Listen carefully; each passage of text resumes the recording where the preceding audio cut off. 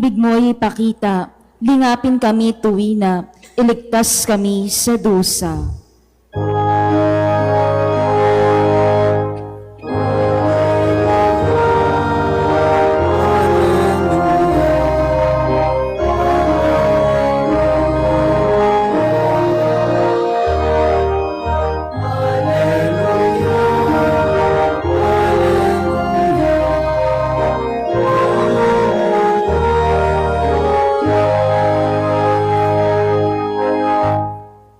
Sumainyo ang Panginoon. At sumaiyo rin. Ang mabuting balita ng Panginoon ayon kay San Mateo. Papuri sa iyo, Panginoon. Noong panahong iyon, sinabi ni Jesus sa kanyang mga alagad, ang pagdating ng anak ng tao ay matutulad sa pagdating ng baha noong panahon ni Noe.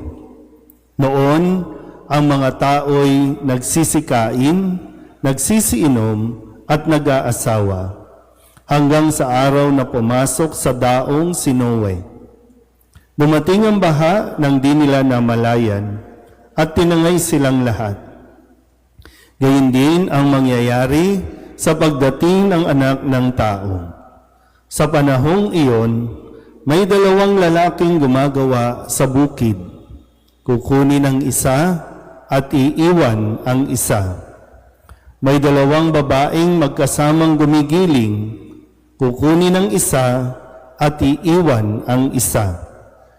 Kaya magbantay kayo, sapagkat hindi ninyo alam kung anong araw paririto ang inyong Panginoon. Tandaan ninyo ito. Kung alam lamang ng puno ng sambahayan, kung anong oras ng gabi darating ang magnanakaw, siya'y magbabantay at hindi niya pababayaang pasukin ang kanyang bahay. Kaya maging handa kayong lagi, sapagkat darating ang anak ng tao sa oras na di ninyo inaasahan. Ang mabuting balita ng Panginoon. Pinupuri ka namin, Panginoong Hesukristo. Isang magandang umaga po sa inyong lahat. Tayo po ay pumapasok na sa pagsisimula ng panibagong taon. Itong ating tinatawag na liturgical year o liturgical calendar. So, konting impormasyon lamang para nasa ganon, unti-unti tayo rin ay na-educate, no? Hindi lang tayo basta dadalo sa misa, dapat mulat din tayo sa mga pagbabago, sa mga nangyayari sa liturgy natin, no? Kaya ngayon, unang taon o unang linggo ng panahon ng Adbyento. Sabihin niyo nga po, Adbyento. So gaya ng sinabi sa panimula, ang Adbyento nangangahulugan ng pagdating. So may inaasahan tayong darating. At para matulungan tayong ma-dispose, no? Kaya nga yung disposition natin, dapat yung para bang yung mood natin sa pagdalo natin sa misa, kailangan din maging maalalayan din tayo. Halimbawa, ngayon, nung nakalipas na linggo, sa pagdiriwang natin ng Kristong Hari, nakaibang suot tayo ng kulay, at yung karaniwang mga linggo, ang nakikita ninyong kulay ay green. Kasi yun yung mga karaniwang panahon. So pagpasok ng Adbyento, ang kulay natin ay violet. At gagabayan tayo ng ating corona o Advent wreath o korona ng Adbyento na kumakatawan sa 4 na linggong paglalakbay natin. Naintindihan ba? So, 4 na linggo. Sa kada linggo, may isang kandila tayo na sisindihan para matulungan tayo sa ating paghihintay. Minsan kasi, di ba, nakakainip maghintay. At napakatagal ng oras pag naghihintay ka. Pero kung merong tumutulong, gaya niyan, isang linggo na, unang linggo na ngayon. So pagdating ninyo ulit sa susunod na linggo, yung pangalawang kandila. So papalapit ng papalapit, at habang tayo ay lumalapit dyan, napupuno tayo ng kagalakan o yung excitement natin, tumataas din. Yung para bang level ng ating excitement ay talagang papunta tayo sa exciting part. So ngayon, nagsisimula pa lang tayo. Pero kailangan natin mas mapaghandaan ang mga susunod pang mga araw kasi kung tayo, pinapaalalahanan tayo ng mga pagbasa na maging handa kasi ang demonyo pinaghahandaan din tayo para ma-distract tayo sa kung ano ang dapat nating maging paghahanda. Kaya nga yung disposisyon. Sa ngayon, hindi ninyo maririnig nakakantahin ang papuri. So, wala muna tayong palakpak na papuri. Wala muna yan. Papahinga muna tayo dyan. Pero hindi nangangahulugan na malungkot yung mood natin o gloomy kung tawagin kumpara doon sa panahon ng Kwaresma. Bagamat pareho ng kulay ang Kwaresma at ang Adbyento, pero yung disposisyon masayang naghihintay. Masaya ba kayo? O nalungkot din kayo dahil sa 500 pesos Noche Buena budget? Ano ba? Nalungkot ba kayo? Parang ang daming bumagsak yung kanilang, 500? No? Eh pag namalangki ka dito sa Pampanga Market, Ricardo's pa lang, ubos na. Wala ka pang baboy, wala ka pang isda. Anong Noche Buena natin dyan, no? Pero sadyang ganyan kumilos ang demonyo, ha? Birihin mo, kukunin yung attention mo para doon na sasabihin, hindi ka pwedeng maging masaya. Hindi ka dapat magsaya. Birihin mo, wala ka nang mabibili, wala ka. Kaya nga ngayon, kung papakinggan natin yung mga pagbasa, sa unang pagbasa sa aklat ni Propeta Isaías, ano ang sinasabi? Magtungo tayo sa templo ng Panginoon. Magtungo tayo sa simbahan. At anong nandyan dyan? Para matuto tayo sa mga tuntunin, mga itinuturo ng ating Panginoon. Kasi ang mundo, ang sinasabi ng demonyo, maghanda kayo.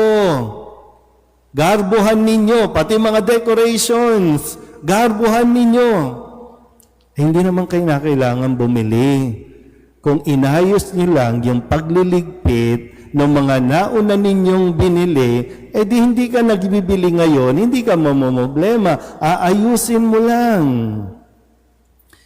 Pero sa pag-aayos nga, di ba? Sinong sa inyo ang naglalagay pa ng Advent wreath? Hindi nyo rin alam ang Advent wreath. Ayun, hindi nyo naalala yung pag nag-aaral tayo nung elementary, high school, di ba gumagawa tayo ng bilog? Tapos may kandila. Di ba yun? Ay, ano kayo? Saan kayo nag-aral? Anong school? Anong school kayo? Pero di ba ganun, Advent wreath, pagkatapos ng Christmas party, di ba? Ng December, bago magsimbang gabi, inuuwi na natin yung mga parol, yung mga Advent wreath na ginagawa, i-display yon. Kasi kung tutuusin, dapat lahat ng bahay, mayroon sanang ganitong paalala, reminder na eto, may darating sa bahay natin, may darating. Inaasahan kasi natin yun eh. At yan yung simbolo na pag nagsasabit ang mga tao noon, may ilaw, para makita na itong bahay na ito naghahanda sa pagdating ng Panginoon. Ituro nyo naman, no? Mga napaka-busy person nyo kasi, no? Di ba maganda rin yung bonding na ang magulang kasama yung mga anak, sila yung nagde-decor ng kanilang tahanan. Wala na, kanya-kanya na rin. Oh. Pinaghahandaan nga, di ba? So, sama-samang maghahanda.